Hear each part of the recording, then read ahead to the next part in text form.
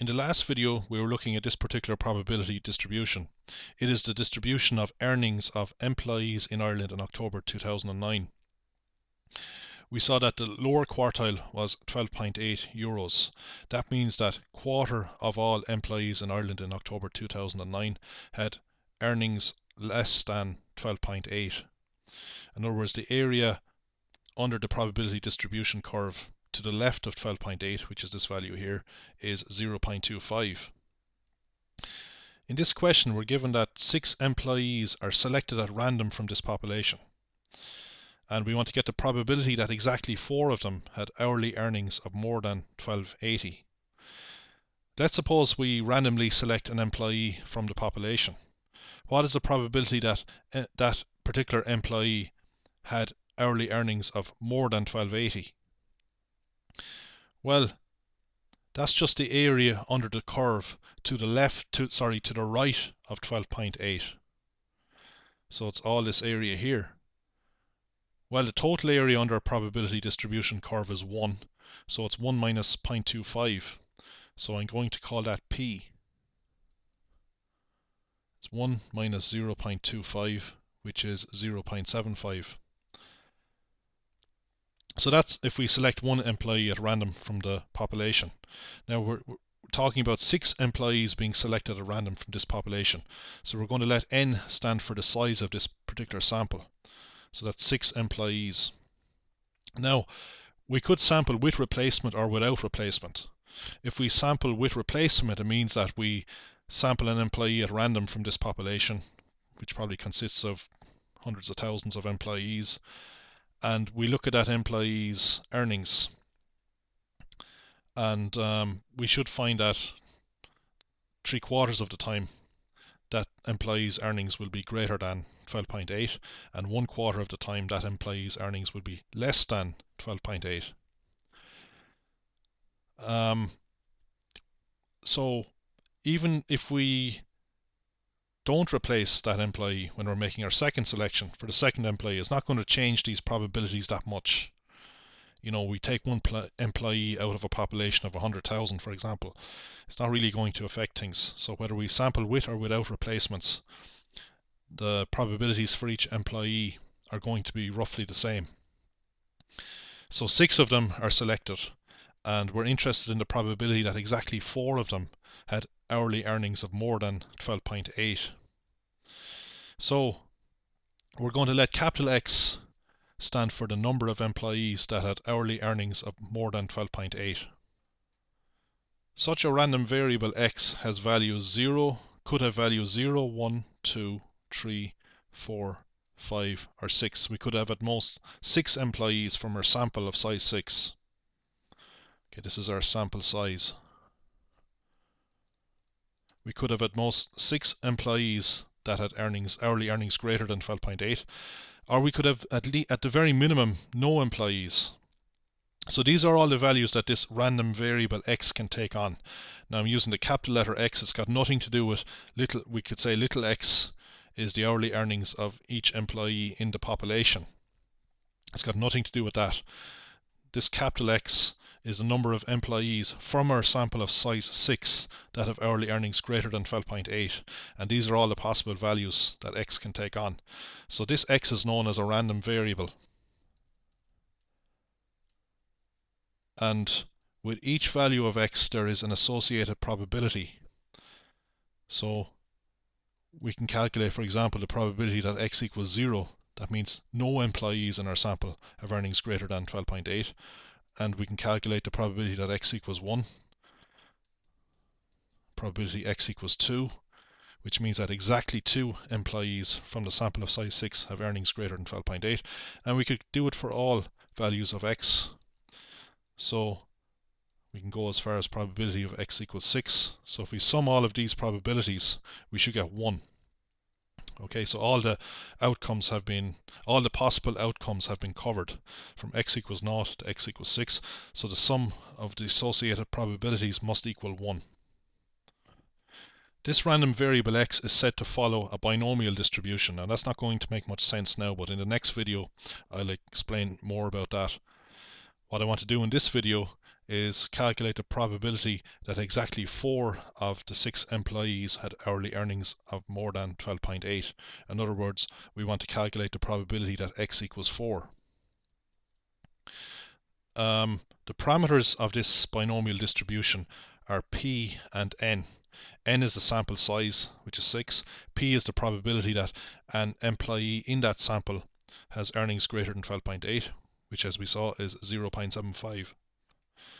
Our binomial distribution and the parameters are sometimes written like this. We have capital B, and in brackets the first parameter is n, and the second parameter is p, which is actually 0.75, not 0.5. So let's answer this question. So we're selecting 6 employees from a population. It's a very large population. Let's say that the first employee has earnings greater than 12.8. What's the probability of that happening? Well, that's 0.75. Let's say the second employee also has earnings greater than 0.75. Greater than 12.8. That probability is also 0.75. And let's say the third one has earnings greater than 12.8, and similarly for the fourth one. But then we get to say, well, the last two will have to have earnings less than it because we want exactly 4. So the last two have earnings less than 12.8. The probability of that is 0.25. That's just 1 minus 0.75. So either an employee has earnings greater than 12.8 or less than 12.8. So those two probabilities have to add up to 1. We have 6 employees, so the last employee has to have earnings less than 12.8. So this is one possible combination. And what do? We multiply these together, because these are independent events.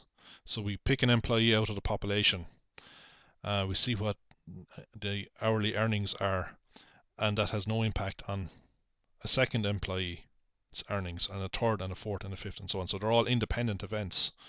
So we multiply the probabilities together. It's like throwing a coin.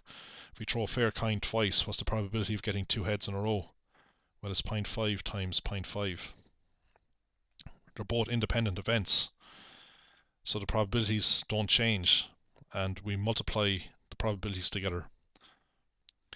So you see we have 0.75 appearing 4 times. That's just 0.75 to the power of 4, and 0.25 appears twice as 0.25 squared. Now this is just one particular combination. Okay, in this sample of 6, the first 4 employees have earnings greater than 12.8. and the last 2 have earnings less than 12.8. The probability is 1 minus 0.75, which is 0.25. We could consider a different combination.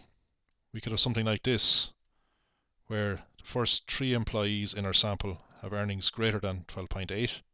The fourth employee has earnings less than 12.8.